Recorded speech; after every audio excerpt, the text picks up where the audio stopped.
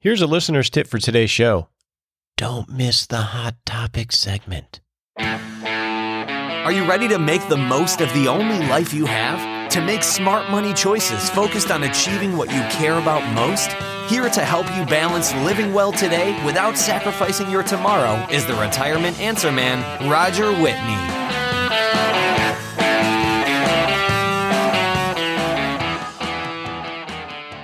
Here's how you can avoid one of the biggest retirement bombs that can blow up your retirement. Don't get divorced in your 50s or 60s. According to Pew Research, the divorce rate for people over 50 has more than doubled over the last 25 years. If you get divorced over 50 years old, let's think about that. You're blowing up your finances. Half your money will be gone. You're blowing up your social network. Half your family will be gone. And half your social circle, friends, will be gone. So not only does it destroy lives financially, it can rip apart the social fabric that you've built over years of friendship and family and relationships if you get divorced over age 50. Hey, welcome to the Retirement Answer Man Show on that wonderfully happy thought. Well, we're going to deal with that today in the practical planning segment because we have a marriage whisperer that's going to give us some practical advice on how to make one of the best investments we can make. And I don't say that flippantly, I mean financially, and that is by investing in your marriage. But we can't do any of that until we get to the important, this is a pretty important hot topic, and this disclaimer.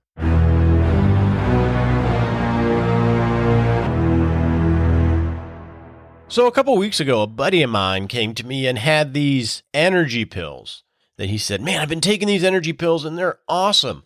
I'm like, okay, where'd you find those? Oh, I read this article on the internet from this guy that has a podcast that I listen to. I'm like, okay, what's in them? I don't know. He just said it was the right thing to do. Okay. Did you look him up at all? No, he made the suggestion on his show and I bought them. And now I'm putting them into my system. Don't be like this guy. Don't take advice from me or take action on what I talk about on this show. This is all helpful hints and education. I don't know anything about you. Before you consume any financial education on this show or others, know what you're getting into by talking to your legal advisor, your tax advisor, or your financial advisor, because that's just common sense.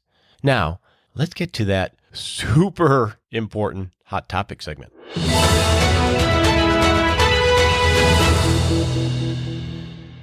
So in the news today, next week we are starting Retirement Plan Live. This is the real case study where I take a listener, probably a lot like you, and week by week we work through together building a retirement roadmap for them, leading to a webinar where we all get to sit together in live. I'll present the analysis to the subject and reveal whether it's going to work or not. So this edition, we are going to work with Lori and Bruce. You're going to meet Lori here in a minute, and she's going to introduce herself and talk about some of her expectations for this live case study. So starting next week, we're going to have a conversation with Lori on what their ideal retirement really looks like. And then the week after, we're going to dive into their income and resources, their net worth statement. And then the week after that, we'll have a broad discussion about what risks they face in retirement and what they feel about them, what they've done about them. And then the week after, we're going to have a live results webinar where you, me, Lori, and Bruce will be on a live broadcast where I'm going to present the results of my analysis. And if it doesn't work, we'll work through coming to a workable solution that focuses on the things they care about most. This is pretty exciting. So now, if you are signed up for Six Shot Saturday, that is the only way you're going to get a summary of their plan week by week. So each week as we build the plan, you'll get emailed a summary in Six Shot Saturday. You'll get a worksheet through each step of the process so you can follow along and maybe do some work on your own retirement. So as an example, next week when we go through what their ideal retirement is, if you're signed up for Six Shot Saturday, You'll get a summary of what their ideal retirement looks like, but you'll also get a worksheet so you can start to build out what you think your ideal retirement might look like. And then the culmination of that is you'll get access to the live results webinar. And you're only going to get all this stuff if you're signed up for 6 Shot Saturday. So the way you do that is you go to rogerwhitney.com, you click on blog or podcast, and there's a sidebar where it says 6 Shot Saturday. Just enter your name and email, and you'll be assured that starting next week, you're going to get all of the documents and access to the live results webinar. So I'm excited about this. I know Lori's excited about this, so let's have a conversation with Lori so we can meet her and hear a little bit about why she chose to do this and what she is anticipating through this journey. So Lori, you really are a brave lady. You're chosen to sort of reveal a lot of yourself from a financial perspective in this Retirement Plan Live. What made you decide to put your name in the hat? Well, I think because we're really close to retirement. My husband's 62 and I'm 60, and we have, we've got some money set aside, and some of it's invested, some of it's not. And we're just really looking for, maybe a plan to go by. And so I thought, I really like your show and I think you're a good interviewer. And I just thought I would try it. Okay. Now you realize first off that I never give advice on the show. So you're not going to get any advice from me on the show. Right. But we agreed that as part of a thank you, we'll do that privately. You are how old? 60. 60. Okay. And Bruce, your husband, is 61, right? Yeah. He'll be 62 in a couple months. Okay. Yeah. And overall, if you had to weigh how excited you are and how worried you are about, the future and retirement now that you're winding down, how would you weigh that?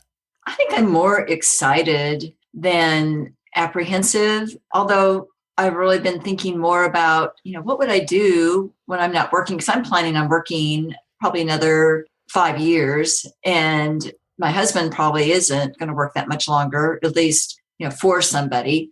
So, when you've been talking about it, I really hadn't thought about it. What would I do? And I listen to other retirement podcasts and financial podcasts too. What? And I really You listen to other people? Well, you got interviewed on Stacking Benjamins, and that's how I found them. Oh, okay, so it's your own fault. Oh, I love Joe. Joe's a good guy. Yeah, they're fun. So you're 60. Now you realize statistically you have about a 50-50 chance of living past 90. I know. Yeah, I kind of hope I don't. Really? Why is that? I don't really.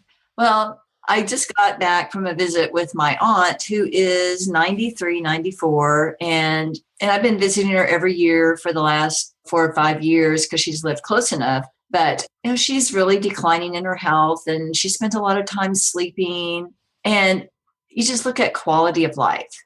And I would rather have quality of life than a long life.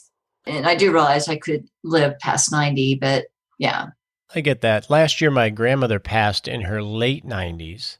And it seemed, her eyesight went, her hearing went, and she loved to read and she loved to play cards. So all the things that she loved and all the people she loved all sort of faded away. It seems like it would get really isolating, very isolated. Right. Yeah, unless my aunt's in an independent living center. So she's surrounded by a lot of people. And that's really good. And her son is just down the street from her. And so she's got a real good, setup there. But yeah, she lives alone. Her husband died a couple of years ago. So now she's there by herself, kind of. So it's, yeah.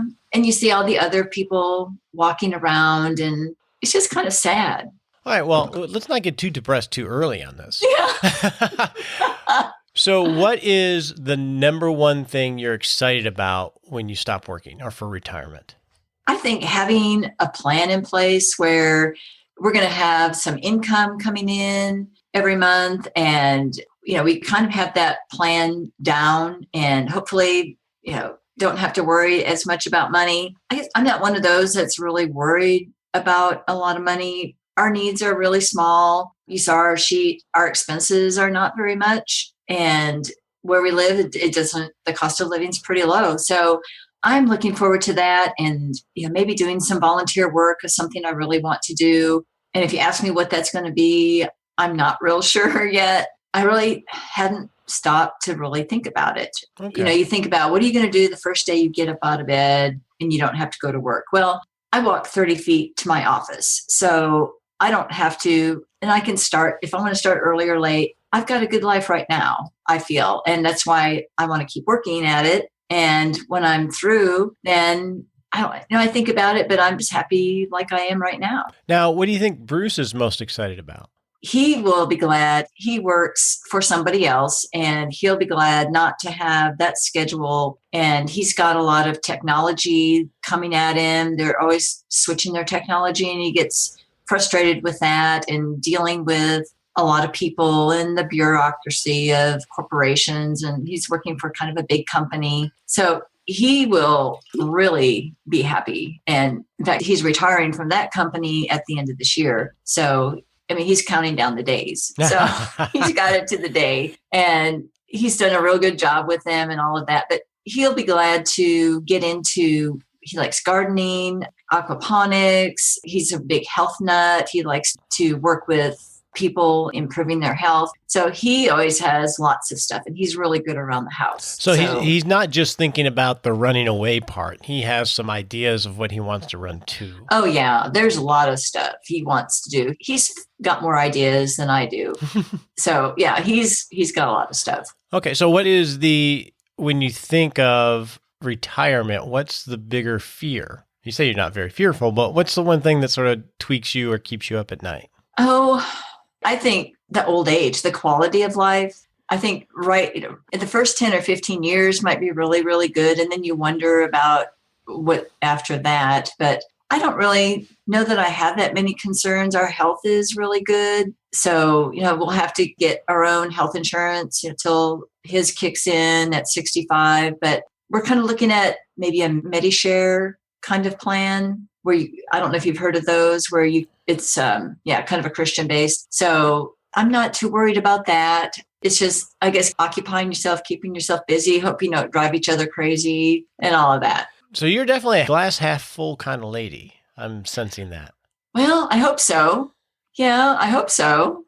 Okay. I'd like to think so. Anything else we should know about you as we start this journey?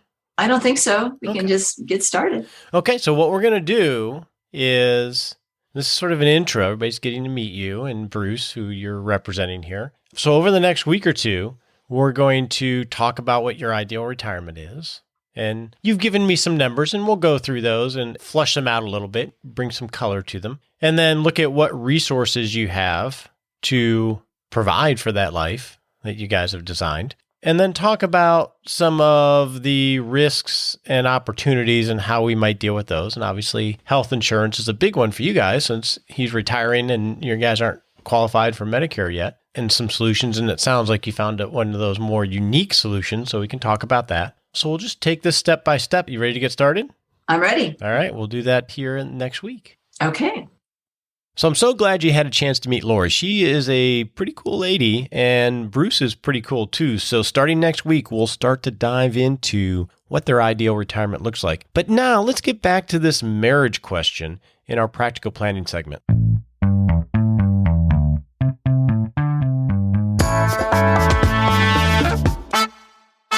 So I think I mentioned before that recently my wife and I had our 27th anniversary, marriage anniversary.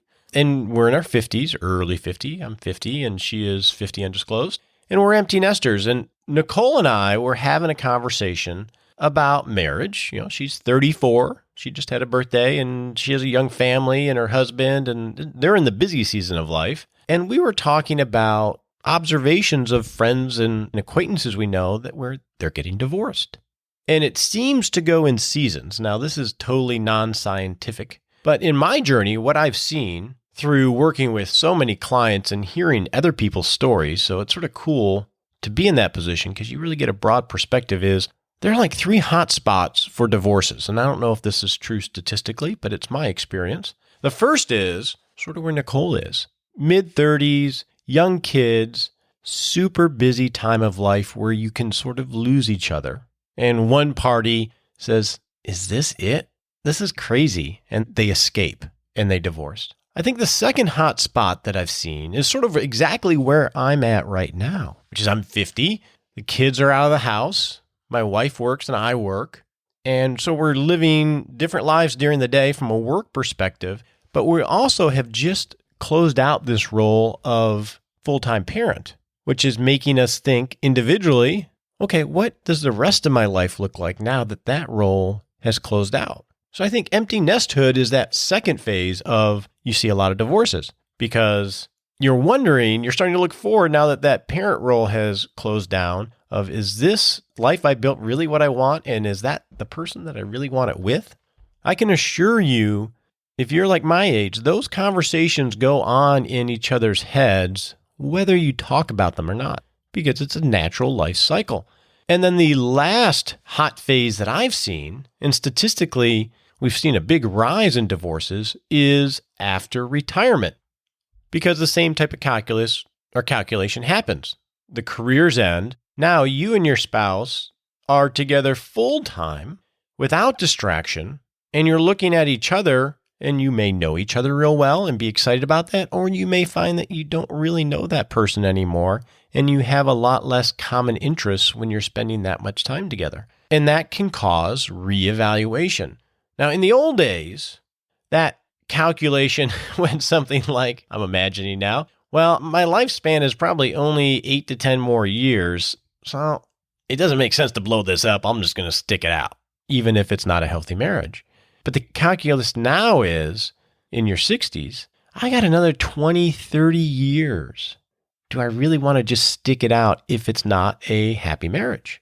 So you can see why it's not just one of the best investments you can make from a financial standpoint, but also from a personal standpoint, a quality of life standpoint. So we need to be more intentional than ever to avoid this big bomb that can blow off as we enter these different seasons of life. That's why we've talked about this before, but that's also why I invited on Ted Lowe, who is the author of Your Best Us.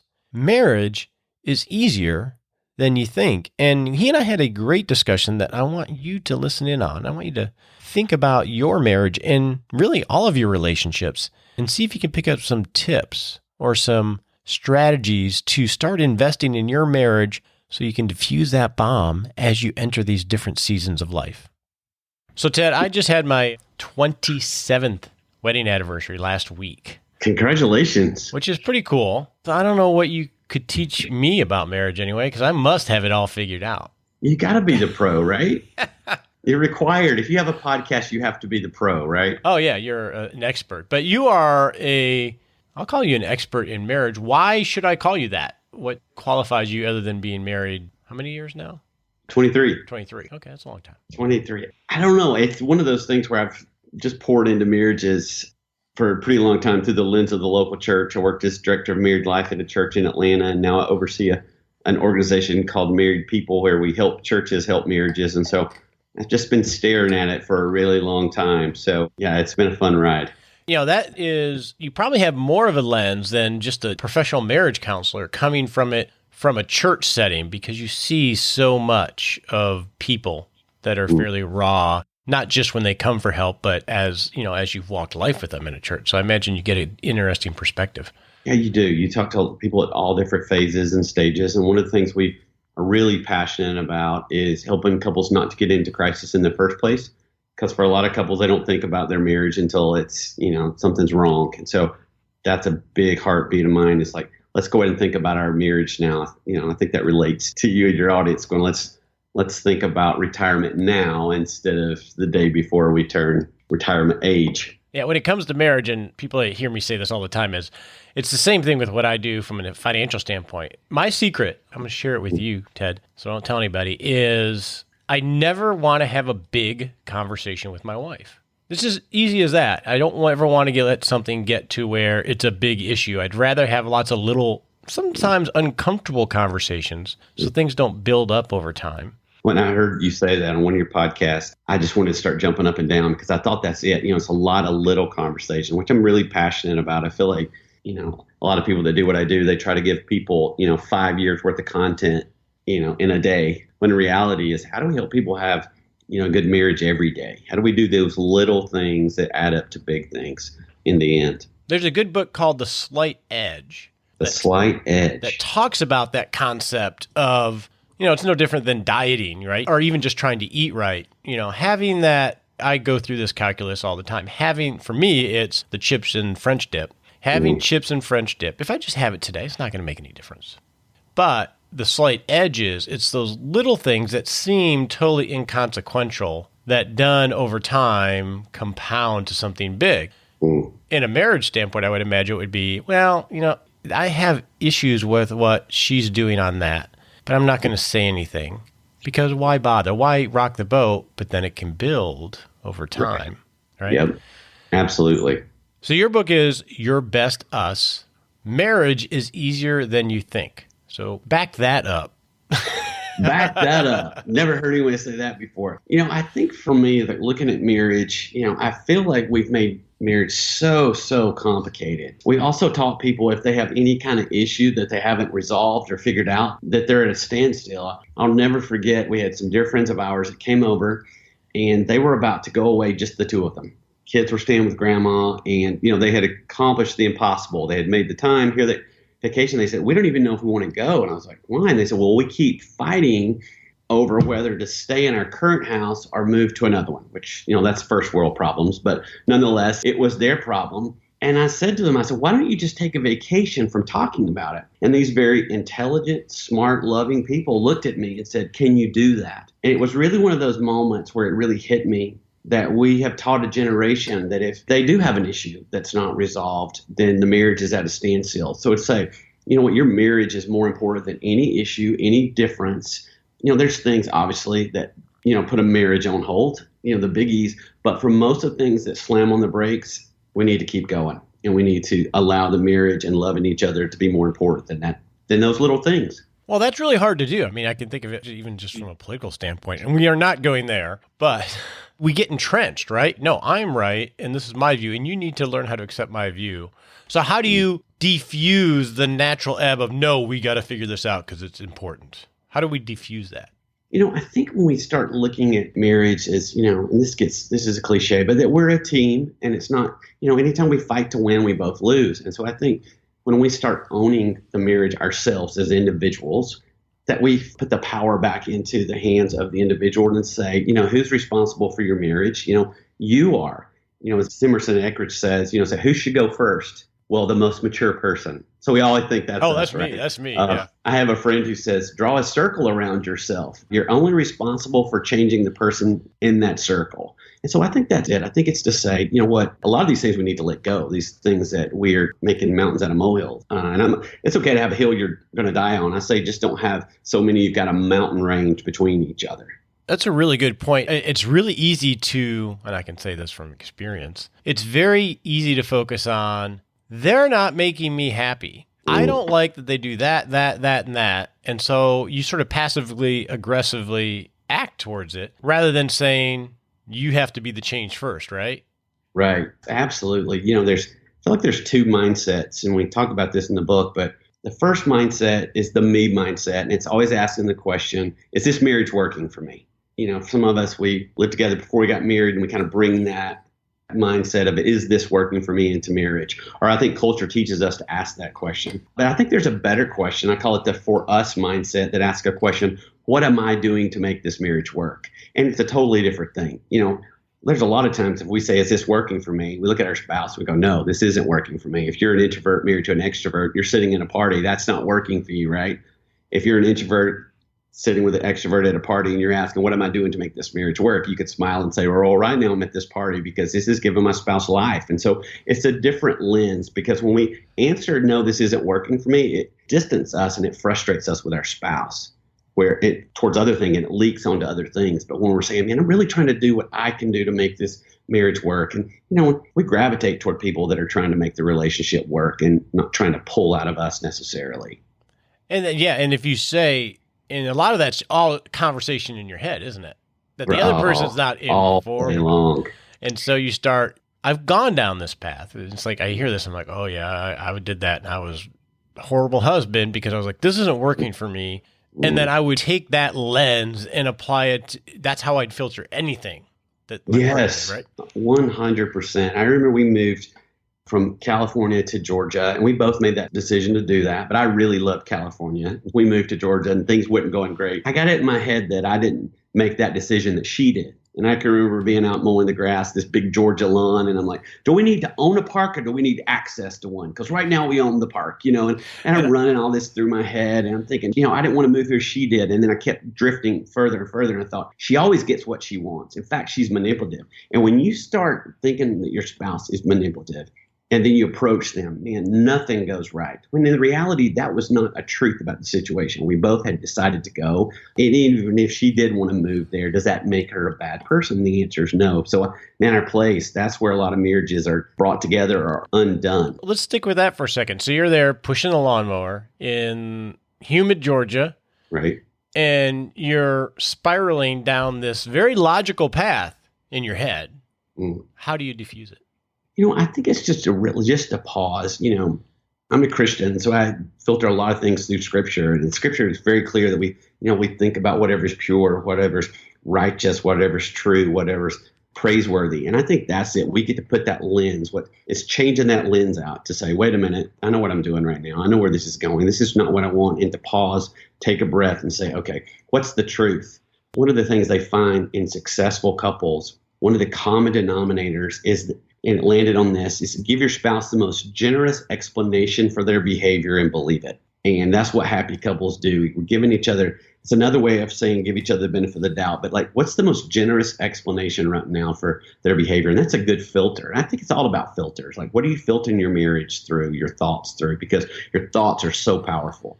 It's going back. Okay. And I imagine another way of saying that would be when there's an issue like you're talking about, wait, I know she wants the best for me too. Right? It's not and that may not be the case in some instances, but in the majority of, they really do want the best for me. So it's really misfires in communication that more than anything else. Absolutely. And it's misfires in how we're seeing them and viewing them too.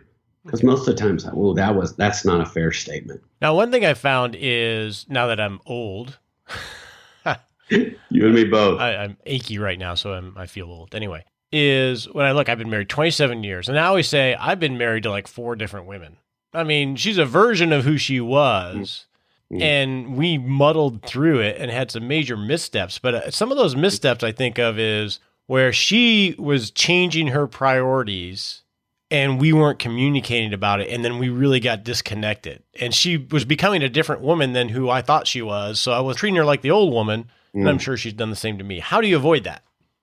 People say this, a lot of people will reason for divorce. Well, you're not the person I married or you've changed. I'm like, of course they've changed. We all change. It would be scary if, I married Nancy when she was 23, I was 25. It'd be scary if she still acted like a 23-year-old, and we change. And I think it's grace with the stages, as we transition to things. The way my wife needed me to love her pre-kids, we were married 5 years before I had our first kid. The way she wanted to be loved then and then the way she wanted to be loved after he was born was 2 different worlds. Before it was, hey, let's go fun. Let's go hang out. Let's go on dates. Bring me flowers. And all of a sudden we have this son and she's like, how you love me? You let me sleep. You let me take a nap. You get up with a baby. You give me space. You understand that I may not be quite as sexually active right now as I was before because I'm tired, I'm exhausted. So I think it's grace in the transitions and it's loving each other. And it's a lot of finding out, how can I love you right now? I know for me, sometimes my wife's love language is acts of service. And I usually have to ask her, what's the best thing I could do to serve you this week? Because I used to think it was the big things, paint the house. And it was could you take the kids to soccer practice and do one other small thing? So I think it's just asking, how can I love you right now? I've got a friend who asks his wife every weekend, what could I do to make this weekend a 10? And they're empty nesters. They got 4 adult kids that are just rock stars. But that's one of the things that he continues to do. What can I do to make this weekend a 10? And she usually, it's usually smaller, he says, than thinks it is. That's a really good question what can I do to make this a good night for you today? Because it'll be different night to night based on what their day was like. Totally. Absolutely. Which is a focus on them, not on you. Yeah. Right? It's funny. We have an older lady who lives next door to us, and our goal is that she never move. We love her. We don't want her ever to move. She's a sweetheart. My kids love her. My daughter like to spend time with her, and yard's getting too much for her handle. So I will go over there and kind of help out. And it's always so funny. I always get way more joy helping do her lawn than mine. And I think the same can be true for our relationship sometimes. If we say, you know what, I'm going to serve and I'm going to love. And there's great joy that comes with that. I mean, we see it in other relationships, and it's so true in marriage. Now, someone gave me a suggestion as a guy dealing with my wife. So I'm going to run it by you since you're the expert. It sounded good, but I don't know if the question would go off if I asked. So my wife works because we're empty nesters, and she's sharp, and she comes home and, she talks about her work, where I don't really talk about my work.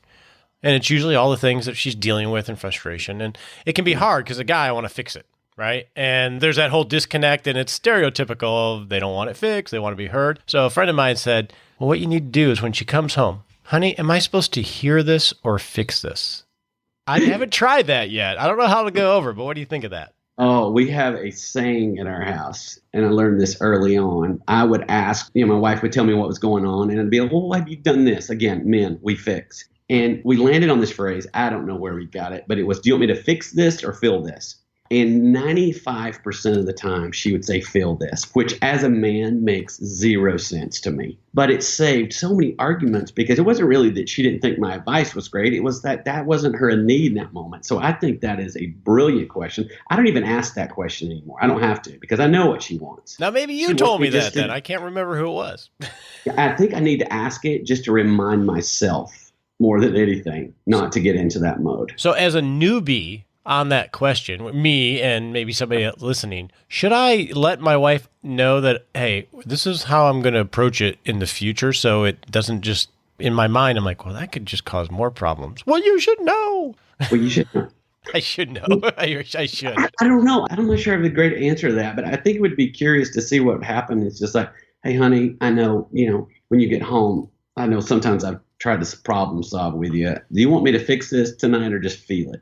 And just see what happens. Just see what she says, and just, and tune in, and lots of nonverbals, and I'm there and I'm listening. But yeah, it's hard, and I think the heart of a man is to rescue. It's the thing. I mean, it comes from a good spot. When we're trying to fix it, we want to save the day. We can be extremely clumsy in trying to execute on that. In some ways, outright horrible. But it is the heart, right? Yes. Yeah, it comes from a good spot. But I think regardless of where it's coming from, it's not a bad heart, it's a bad habit when we try to fix it, And so I think the issue is, okay, so if it's not the heart I'm trying to fix, it's because I think that's what frustrates us as guys so bad is we knew it came from a good place. I love you and I want to help you.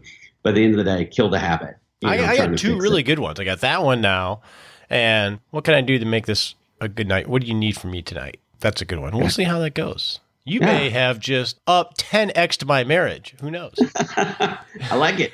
Any other frameworks that somebody should think about as they invest in their marriage? Now, you remember this show, we have people like me that are empty nesters, so they're changing roles. Right. And then in retirement, when one or both parties are 24/7 together, they're changing roles. Those are different seasons, and those can be pressure points of where people can really stumble. Right. Yeah. I think I'll just say people close to me, I'll leave it at that, move from empty nesters to retirement. And so all of a sudden, husband is home and he's got a lot of opinions about the checking account that he's never looked at before. He's got a lot of, where are you going? What are you doing? And she's used to having her life that she was just, and so they've really, really struggled. She feels controlled. He feels dismissed. And so I think it's one of those of having a lot of conversations, but mostly having a lot of fun. I think one of the things we talk about in the book is, that there's 4 habits. And one of those is have serious fun, that having fun together is not extra, it's essential. And I think, no matter what you are in your marriage, just let's go have fun. And a lot of times those issues, work themselves out. There's a leading counselor right now, and he says this. He said, words don't lead to connection. Connection leads to words. And so we've been taught if we talk it out, that somehow it'll connect us. When reality is when we feel connected, when we're hanging out, that's when the words will follow. So I think if you're brand new to this whole thing and new stages and new places, is to really, what are you doing for fun? I got to stop you right there. What are you doing that you love? I got to stop you right there. Okay. Because I need like a big bell because that was so important, that connection leads to words. Words don't lead to connections. I'd never heard that phrase before or it framed that way. I always say quality time only comes from quantity. Yeah. You got to have, but that is huge. Well, we went on vacation. My wife and I we always go on vacation, just the two of us. And we had moved into a new house, and there were new houses in the neighborhood, and we would always walk through those houses, and she would point to the things that she liked, and it was always whatever was different than what was in our house, which wasn't like her. So we went on this vacation. We're not going there to talk about anything, but we're sitting there one night. I said, hey, every time we look at these houses, you kind of point at the stuff that our house doesn't have. I go, and we're in a new house. Like, what's going on? And she goes, my dad moved us all over the place as a football coach, and I feel like you're going to move me all over the place, and I want to find a forever house. And I said, well, I want to find a forever house. I just don't want it to be the one we're in. But it was those times that we were connected that we had this conversation that was really important to us. It was really decided that, hey, we do want to move, and we want a different house, and we want a less house payment, and we don't want fancy. We want homey, and we want space for our kids. And so this time of connection just really led to this great communication of where we were financially and where we were, in decision making. So I say go have fun. And if somebody's really struggling, just take a vacation, take a break. And what if the two of you like to do? And if you don't know anymore, you're going to be clumsy at it. I call it relational ice skating, but give it a shot. And if it's awkward, it's okay. It'll take a bit. But what do you like to do for fun? And go have it. Yeah. Because here's the calculus that people go through, Ted. Tell me. Is empty nesthood is the first pressure point, where your roles are changing. Now it's not kids, it's us, but it's still sort of me, right? Because I have my career or she has her career. So you still have these parallel lives, right. But it becomes a little bit more inwardly focused. And then when you get retired, now it's the two of you. And like our grandparents, the calculus was, I'm not connected with that guy or gal anymore, but it's too late to really make any changes. Right? So they just stuck it out. What I have seen, I'd be interested in your thought on this. Now, like a 60-year-old has a 50-50 chance of living past 90. So if you retire in your early 60s, it's not, I just got to stick it out for a few years. If you're really disconnected and it's not healthy and you're not working on it, you're like, the equation is, I have maybe 30 more years with this person. And you see divorce rates reflect that. Yeah, absolutely. Let's be honest, there are times where divorce is the best and only option, but I feel like for the most part, it's not the best option. And I think regardless of your age or stage, all of us, the principles are the same, that we got to make investments into each other. And I also think the small things are sometimes the things that make the biggest difference. I mean, it's a couple that's struggling and one of them decides to affirm the other one, going, hey, I know this transition of you coming home and I know this has been tough for you. I know your job, you got a lot of kudos there, and I haven't been great at that. But I want you to know I love you. I'm proud of you. You've provided great for our family. I think we can make these next few years great. I think it's those moments. It's showing up in new ways. It's showing up maybe flowers for the first time in a long time. They might pass out when you walk in for flowers for the first time in 40 years. But I think it's these little moves toward each other and just truly saying, hey, it's never too late for us. We've got to find a new us. I mean, this is why we call this book, Your Best Us, because your us changes and every us is different. Everybody's got a different story that they're telling. But I think we have a lot more control over our story than we give ourselves credit for, that we can really do little things that make a big difference. And so if you embark on this change, I imagine, Ted, and a friend had this experience, I won't say it was me, a friend had this experience, is when you start to make those adjustments, being attentive, bringing flowers and things like that when you haven't for a long time. Again, this is just a friend, by the way. They won't believe it at first. Yeah, totally. Yeah, they're going to go, what's going on? Who died? What bomb are you about to drop on me? What's really happening? But I think it's, that might be one of those conversations, where you say, hey, I feel like we're not connected right now. I think this is really tough, but I want you to know I love you. And I want to make moves on you. Make moves in your direction. It kind of gives them maybe a little context, and maybe that's it, that some context that they need, like what's going on here. And I think, again, it's asking them, what's the best way I can love you right now? What's the best thing I could do? There's something around the house. Do you need space? I mean, maybe if you're together for the first time all the time, maybe they just, want to be in their house by themselves for a while. You go find something to do. I know when our kids were little, it was, she didn't want to spend time with me. She wanted to spend time by herself and me take care of the kids. And that was, some of the best love that I ever gave her. She called it foreplay.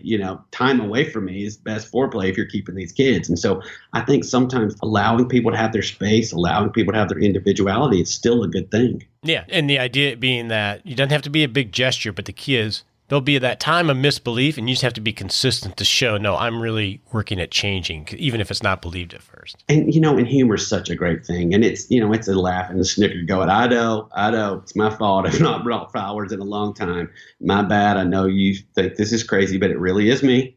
It really is me. No mask. I'm here. And again, it might be tough for a little bit, but then they start to believe it. Then they start to acknowledge it. So your book is Your Best Us, Marriage is Easier Than You Think. And we'll have links to it in the show. Thanks for sharing your wisdom, Ted. Well, thanks for having me, Roger. I really appreciate it.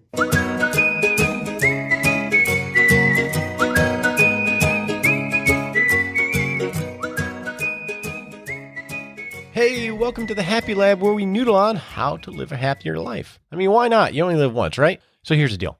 My wife can really frustrate me. She'll come home from work, stressed out from the day, and then imagine this. She doesn't talk to me or tell me the things or do the things that I want her to do to make me feel happy. Imagine that. How could she do that? Of course, I don't share with her what it is I want to hear or what I want her to do to improve my life, so it frustrates me. Now, I tend to get frustrated when I just sit there and say, why aren't they making me happy? Why aren't they doing these things? Which is silly. And we all go through that from time to time. But what I started to do, partly on the suggestion of Ted, was when she gets home, figure out what she wants and start giving her that. And it's amazing. She responds in kind, and I end up getting what I want, and I'm not frustrated anymore. And you know what? When you're not frustrated, you're happy. On your marks, get set.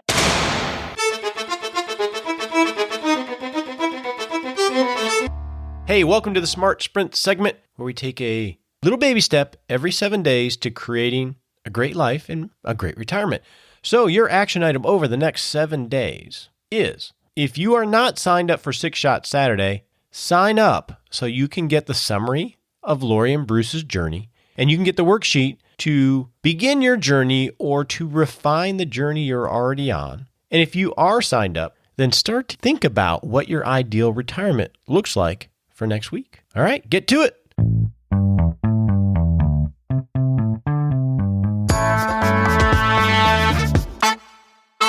I want to end the show by asking you to do me a favor. Tell a friend to tune in to Retirement Plan Live. And the reason I ask that is across the board, when I talk to you via surveys and things like that, or you send me emails, listening in on other people's journeys is one of the most insightful things you do or that you like about the show that can help you on your journey. So if you think a friend can benefit from that, tell them about the show, get them to sign up for 6 Shot Saturday so they can start walking a journey to a great retirement as well. Until next week, this is Roger Whitney, the Retirement Answer Man. We appreciate you joining us today for this episode of Retirement Answer Man. Be sure to visit rogerwhitney.com/answers to access the Retirement Answer Library with over 30 checklists to help you make the most of the only life you have. Remember, you have more power than you realize to create an amazing life starting today with Retirement Answer Man. The opinions voiced in this material are for general information only and are not intended to provide specific advice or recommendations for any individual. All performance referenced is historical and no guarantee of future results. All indices are unmanaged and may not be invested into directly. Have a wonderful day.